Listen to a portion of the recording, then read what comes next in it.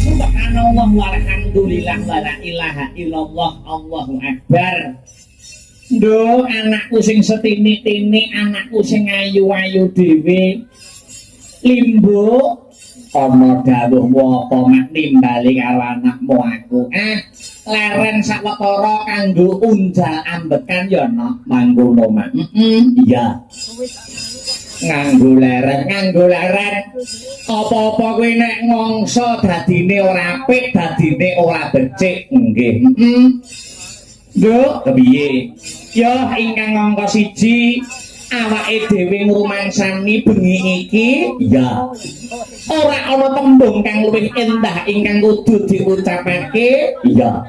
Kejaba mung rasa puja lan puji syukur tunjuk marang Gusti ingkang murbeng dumadi Allah Subhanahu wa taala, Tuhan yang Maha Esa, Yuwang Widiwasa ya nduk mangkono mak. Gusti Allah syukur awake dhewe ngunjukake syukur marang Gusti ingkang murbeng dumadi. Iya. Sebabe ingkang wis ngalembarake keberkahan kang sarta kenikmatan, iya. Becik nikmat sehat, nikmat sempat, nikmat iman. Muka tanpa nikmat peparing saka Gusti Allah. Aku kang sarta kowe sak rombongan bengi iki bisa manunggal ingkang sarta tetunggalan ana ing adicara bengi iki sing kaya ngene gayenge no mangkono. Iya ngestokake dawuh. Bengi iki mengeti adicara apa mak? Piye? Bengi iki mengeti adicara apa? Ngene ya no? Kepiye nyadong dawuh mak? Adicara bengi iki ya wis menjadi agenda rutin tiap tahun. Iya. Agenda rutin tiap tahun ya kuwi acarane tidak lain dan tidak bukan ya kuwi wujud syukure para warga masyarakat, para pepunden-pepunden ingkang lenggah ana ing macanan. Syukur ngersani Gusti Allah Subhanahu wa taala, iya. Dibingkai dalam rangkaian adicara sedekah bumi utawa bersih dusun. Ngono. Iya. Dadi bengi iki adicarane bersih dusun, bengi iki adicarane sedekah bumi. Ujung syukure para warga masyarakat, para pepunden-pepunden kang lenggah ana ing dusun macanan, ujung syukur nunjuk marang Gusti kang murbeng dumadi awit sedaya keberkahan kang sarta kenikmatane kang wis diparingake marang para warga masyarakat ingkang gumelar ana ing dusun macanan kene ya mak. Pancen kaya mengkono. Alhamdulillah wa syukurillah. Iso kepanggih meneh, iso ketemu meneh karo kanca-kanca, karo dulur-dulur, pepunden-pepunden seluruh warga masyarakat ana ing laladan dusun macanan. Luar biasa apresiasi kang sarta antusias pada malam hari ini no. Ngono. Senadyan to iki wis agenda rutin pendak tahun sepisan, ya.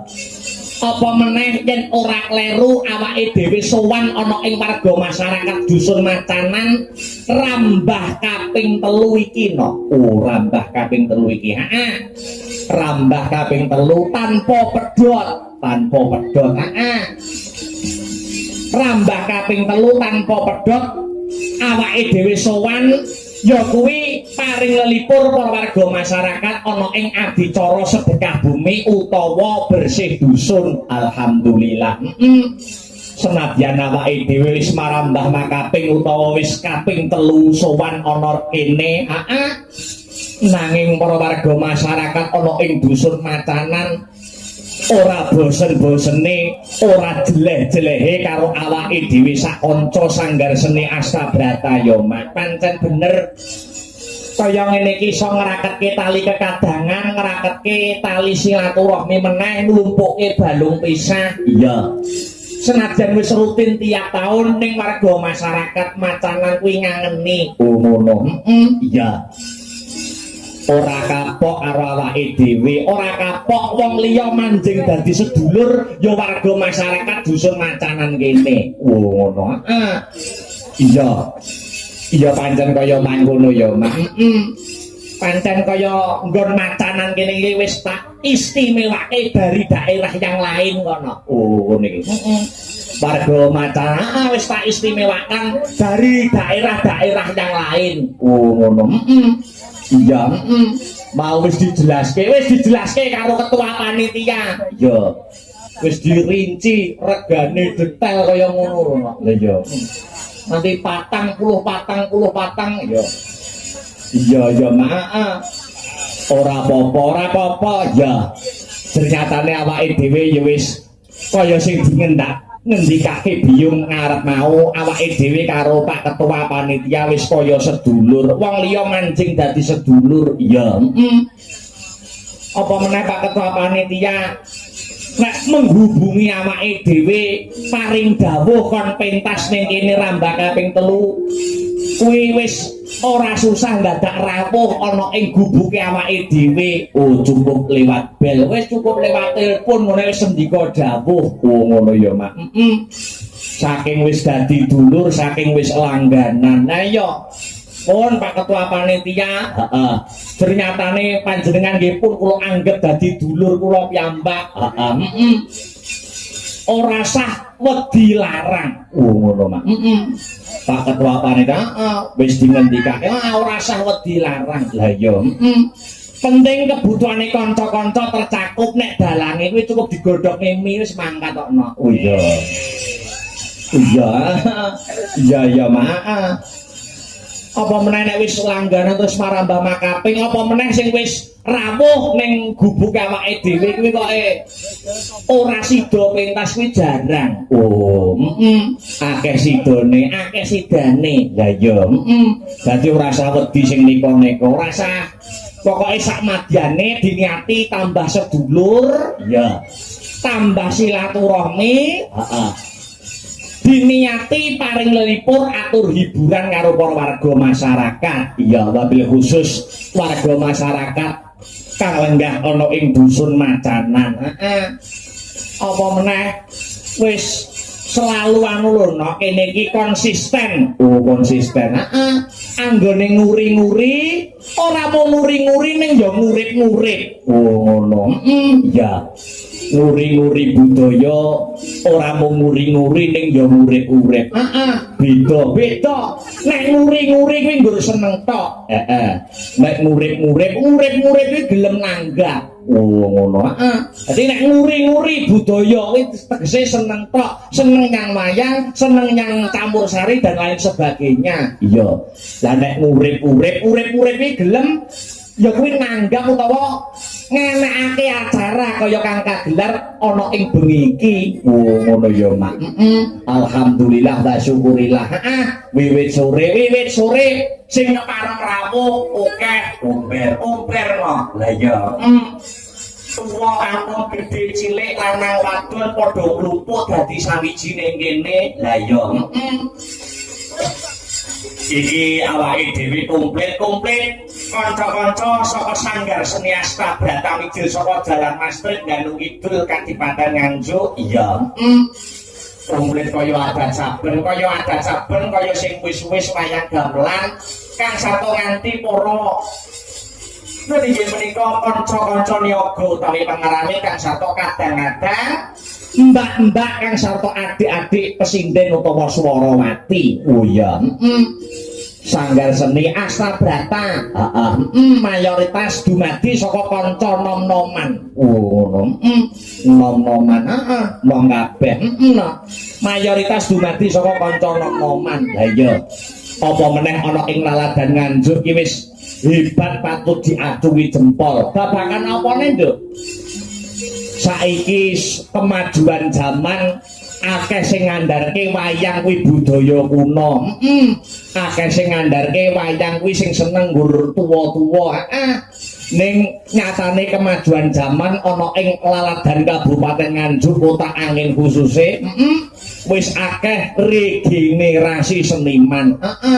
Dalang-dalang seumurane sak ngisorku, pengrawit-pengrawit sing luwih enom saka Astabrata, sinden-sinden sing luwih enom saka rombongan kene iki uga dumadi akeh banget no. Akeh banget. Lah iya. Iki tegese wayang ora bakal kepaten obor. Ya. Regenerasi dalange wis tumawis, generasi pengrawite wis tumawis, peneruse sinden wis tumawis. Sing ora kalah pentinge regenerasi penanggap, Nduk. Ya. Arep akeh dalange, ayo. Arep akeh umbyukan sindene, ayo. Arep akeh yoga pengrawite nek urene sing nanggap yo merongos lho, ngono. Jadi kudu seimbang babakan regenerasine. Jadi regenerasi dalang ana, pengrawit ana, yoga ana, sing seneng regenerasi mencetak pecinta wayang kulit, pandemen wayang kulit kuwi ya penting, kuwi ora kalah baku. Ngono. Mergo apa wong nanggap kuwi dasarane seneng. Ya. Dadi aku melu bombong, aku melu mongkok, aku melu bunga nek saiki akeh bocah-bocah cilik senajan ora mempelajari nyanggon gamelan, ora mempelajari nyanggon wayang kang sarta karawitan, ya nanging seneng nyang wayang, seneng nyang kabudayane dhewe, kuwi wis apik, kuwi wis becik, ya. Dadi ana sing tresnani regenerasine, ana sing nyenengi tresnani kabudayane awake dhewe. Ngono. So puluhan taun neh. Lah ya, puluhan taun neh nek aku wis aku umur kira-kira wis 40 ngono. Lah ya. Wis 50 kira-kira wis anakku wis 7 ngono pamane kaya. Pamane ngono kuwi sing seneng bocah-bocah cilik ngene iki sok bakal crita. Ngono. Yo nanggap anu Pak Akbar. Ben cuwilikanku ben tontonanku wis Pak Akbar kae ngono. Ngono. Pak Akbar iso apa to rombongane? Iki lho sing ngendane Pak Arya. Karawitane sok puluhan taune yo wis rada tuwa, wis do momong anak kabeh. Ha iya. Lurahe pengrawit sapa to ku? Mbah Hirman, Bapak. Lah iya, muka Hirman ngono kowe. Lah iya, soalnya wis dadi cerita pecinta cah cilik-cilik lho puluhan taune wis cerita. Lah iya, oh, Pak Akbar sing biyen aku cilikanku gaene nonton. Ha iya. Oh iya, kuwi dalang anu lho, kuwi biyen nom-nomane pas jek Gung Rabi kuwi kondang alim urung tau kambon wong wedok ngomane. Pamane lho no. Lah iya. Ning besok ya wis anake pirang-pirang. Lah iya, teng tlecek yo ndak ah. Oh iya. Iya. Iya. Mengucapkan terima kasih Bapak Eyaji. Yo. Sapa to asmane? Pak Sukono. Oh ya, Pak Ketua Panitia. Ngaturaken panuwun ingkang tanpa pepindhan. Terima kasih yang sangat banyak untuk sedaya panitia ingkang dipun pandhegani dening Bapak Sukono. Ya.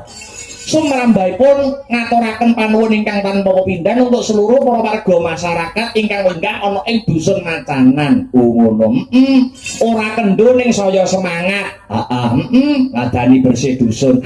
Saya semangat no. Ya. Ibu-ibu wit sore, ayo wis do mlumpuk ning kene. Dasare meng sore uga wis kagelar tari-tarian anak-anak ketoke. Ayo.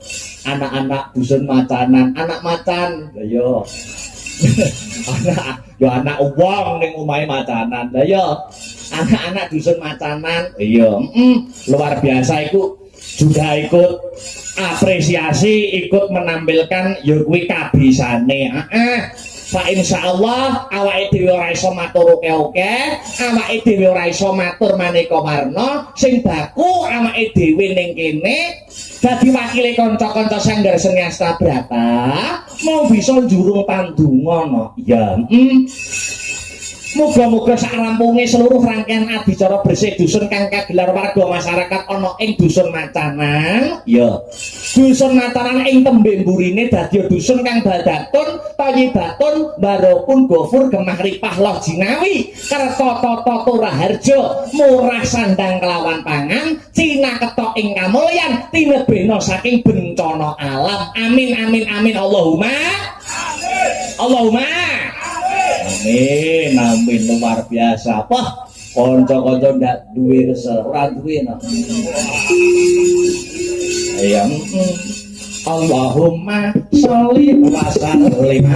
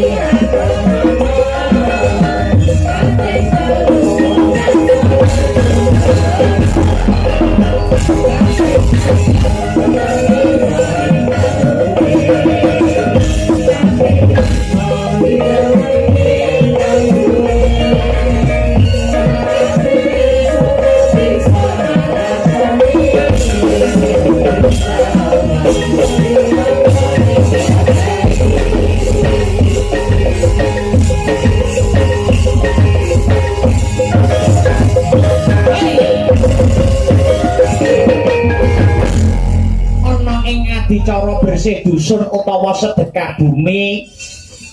Senadyan iki tradisi, senadyan bersih dusun kuwi tradisi, dudu ajaran agama. nanging ana jerone adicara bersih dusun utawa sedekah bumi ana sing ngarani nyadranan. Heeh. Kuwi banyak terkandung nilai-nilai positif ya kang kuwi diajarkan dalam agama no. Tuladane kepiye, Mak? Ana nilai bersyukure. Oh, bersyukur. Cekak cukupe desa dusun. Ngenengake wujude adicara bersih dusun, bersih desa. Ayo, sedekah bumi, nyadranan, rasulan, apitan dan lain sebagainya. Kuwi janjane nak inti sarine wujud syukure para warga masyarakat konjuk marang Gusti Allah Subhanahu wa taala. Oh ngono ya, Mak.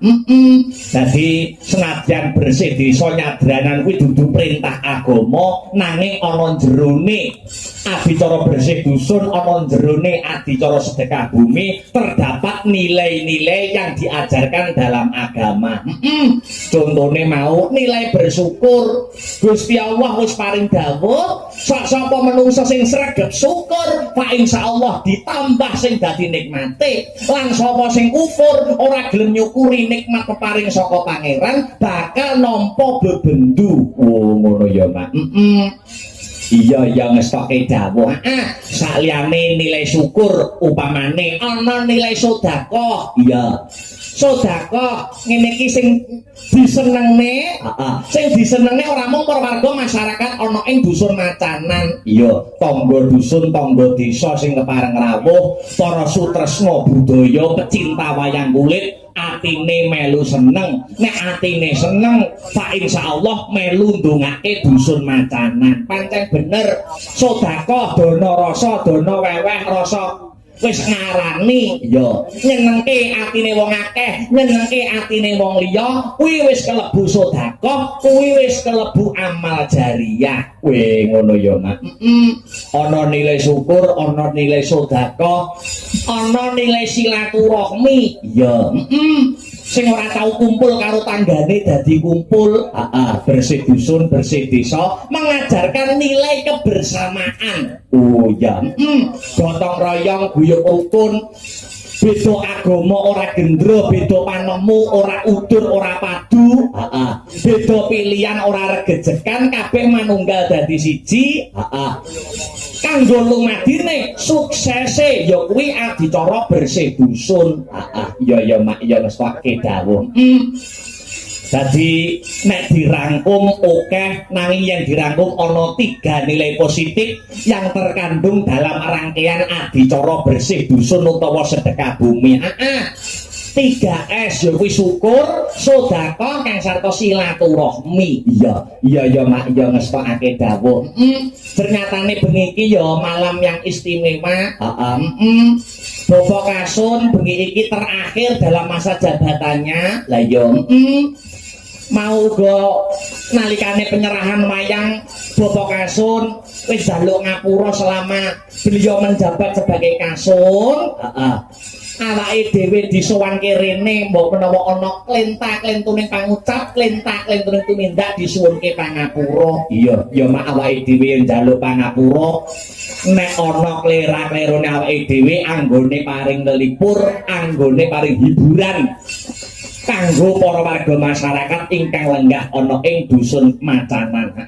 Ya, sadurunge ngaturake tembangan kang maneka warna kang den sarirane karo mbak-mbak kang sarta adik-adik waranggana. Ya. Iki didhisikke no. Oh ngono panyuwunan saka ngisor ana sing nyuwun ya kuwi pepiling karya besar Ki Haji Anom Surata. Oh ngono Sumargi almarhum. Iya. Dibawani dikendoni dhisik, dibawani nganggo bawa. Oh ngono. Karben dipangarsani karo Wiraswara Mas Herulinanta. Ya, bawane dandang gula. Engko tibake pepiling ya nok sadurunge ngaturke tetembangan kang sarta ngaturi para mbak-mbak kang sarta adik-adik pesinden. Ya Mak, ya ngestakake dawuh. Maka Mas dipun salirani Mas. Ya. Wasitati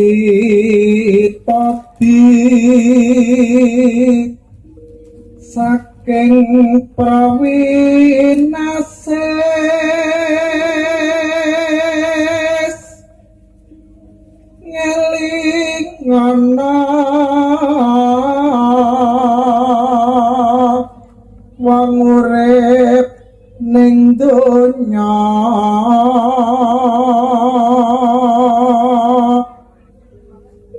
bebasan mung mampir ngombe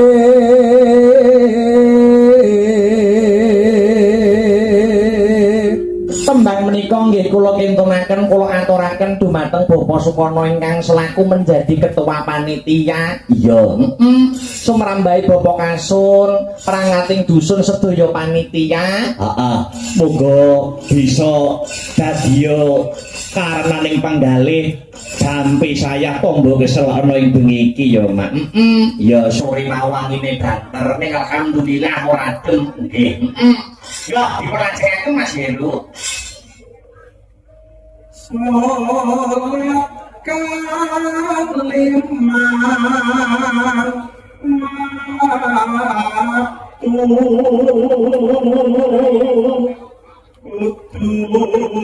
tansah dipun lampahi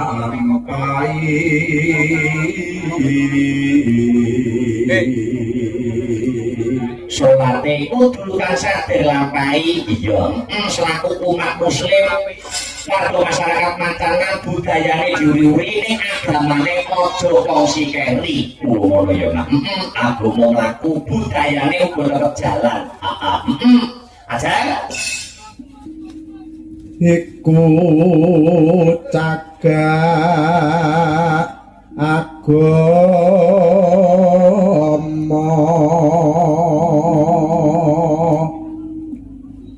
pakartikan luhur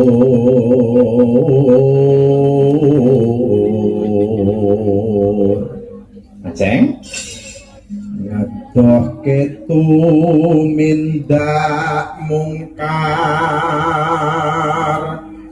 yakti urip mangkyo tentrem lahir batin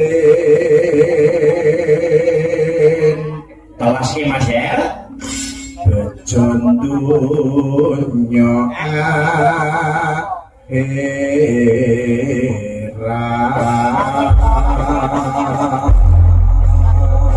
menyelam sambil minum air ngatur ketembangan karo maca-maca layang ya ngono Wilujeng dalu maklimbo nyuwun gending ninggal katresnan versi samboyonan saking kula Bapa Wiyana Macanan iya saking kula warga Macanan nyuwun sambung wanci dalu matur nuwun iya dipinangkani alon-alon sareh-sareh waton pikoleh gremet-gremet watone slamet pepeling diaturke luwih dhisik ya no karya besar Ki Haji Anom Surata coba kaya ngapa dadek maca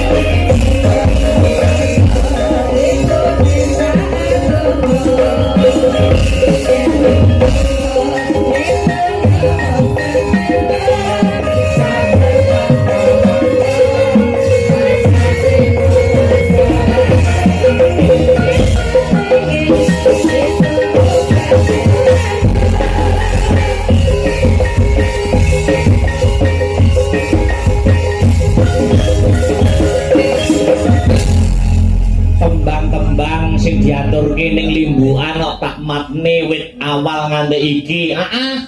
Wit mau dibuka nganggo Al-Malikul. Terus nganggo solawat tombo ati terus ki pepiling limbukan kok tembange kok bernapaskan karo religi kabeh, bernapaskan karo islami kabeh to. Menghormati no. Menghormati mergo ada salah satu anggota Sanggar Seni Astabrata sing wis mualaf masuk agama Islam.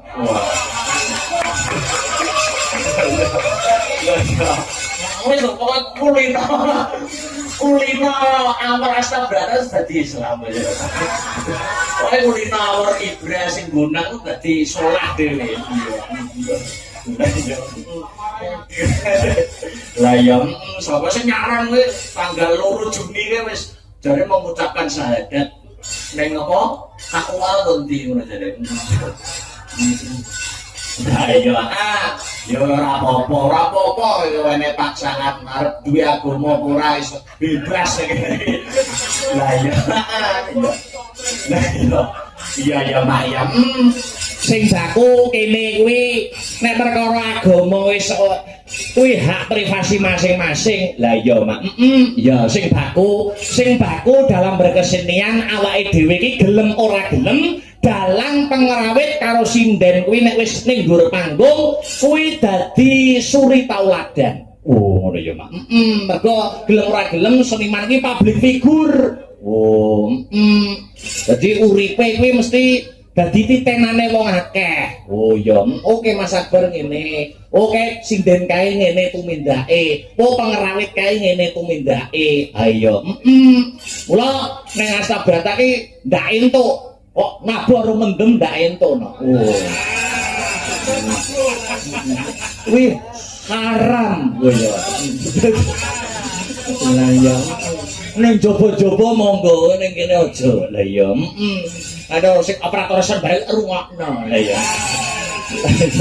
Ayo, pergo tontonan, gowo tuntunan, gowo tatanan. Lah ya, Jadi disumbuke awake dhewe iki budayane wayang. Lah ya, wayang iki tinggalane para wali-wali sing nyebarke agama Islam aja nganti dikotori karo ngono kuwi. Lah ya Mak. Wayang yo apa lakone kaya bengi iki lakone Wahyu Pakutarama. Apa liyane lakon apa wae kuwi mesti nuduhke ngejak marang kabecikan, ngedoi marang piyala utawa tumindak kanistan. Ngono ya Mak. Amar makruf nahi mungkar. Amar tindakno makruf perkara sing becik, nahi nyegah mungkar perkara sing elek. Lah ya. Ya saiki gojekan karo ngaturi para pesinden. Sindene akeh. Ana Cikruk Lu Patmo 678. Iya. Cikruk Lu Patmo 677, Ding. Iya. Ana 7. Wiwit sing saka cilik nganti agung. Lah iya. Dikenalkan lagi walaupun 3 kali kita di Macanan tapi tidak ada salahnya karena di tahun lalu sama tahun sekarang banyak wajah-wajah baru. Oh ya. Nek sing saka jejer dalang lek iki gawan pengrawit no. Oh ya. Iya. Iki anu kelangenane sing bar mualaf niku. Iya.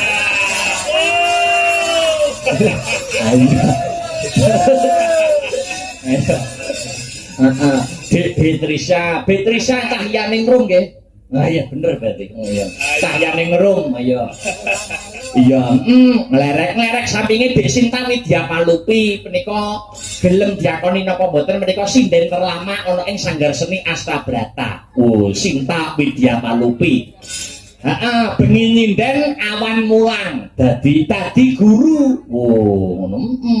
Bengi nyinden awan mulang bu guru ngambak momong wis nganggo seragam guru ki padha karo murite. Lah ya ning ku ya guru. Lah ya nek wis dadi guru ki mesti rata-rata sabar ya. Telaten kaya Dek Sinta kene yo akeh guru. Dek Sinta guru sing nendang ngasta kendang ku nggih guru. Ayo. Sapane sing guru? Sing mualaf yo guru ya. Lah iya. Wah iya. Lho.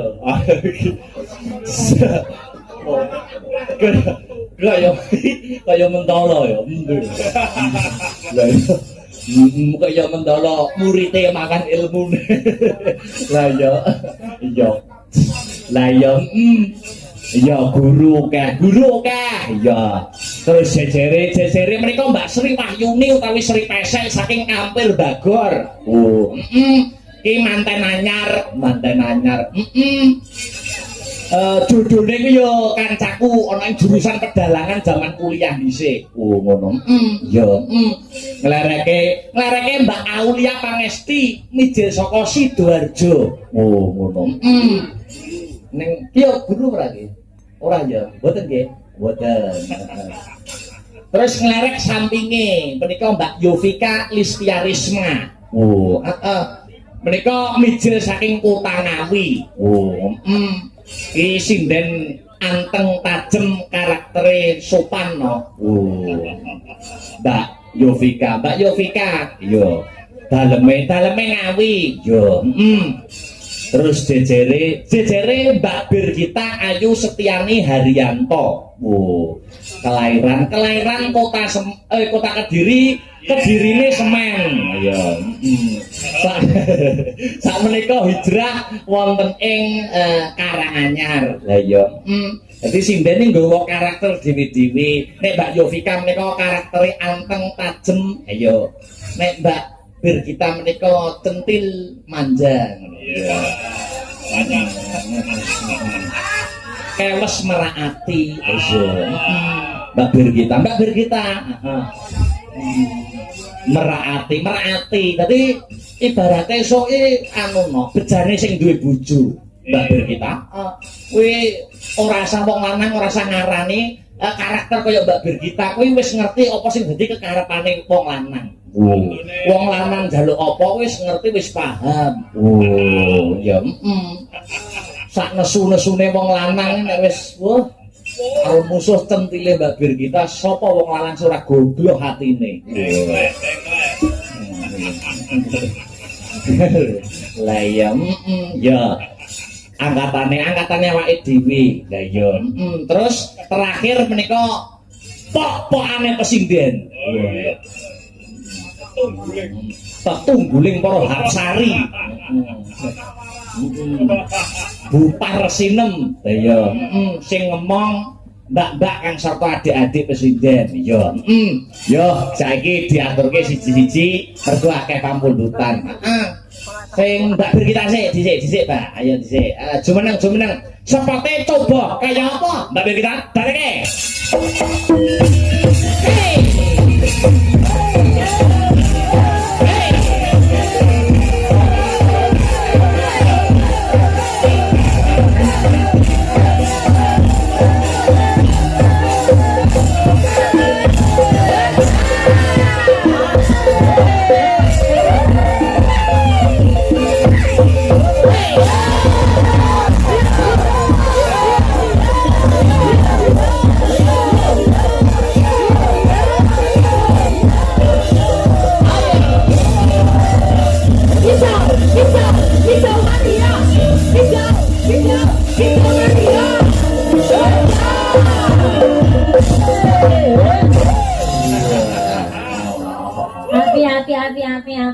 Api kompak iki, Pak. Kompak no? Iya. Mergo sing ngadeg sampeyan. Iya, pas disepoti kicau mania. Mergo sampeyan iki nak senengane kicau manuk. Ning omahe sampeyan nak anu to, mengingu manuk. Iya, Pak, aku senengane dolanan manuk pancene. Amin. Wilujeng dalu. Selamat malam. Mbak Birgita Ayu Setiani. Nggih, dalu Pak Dela.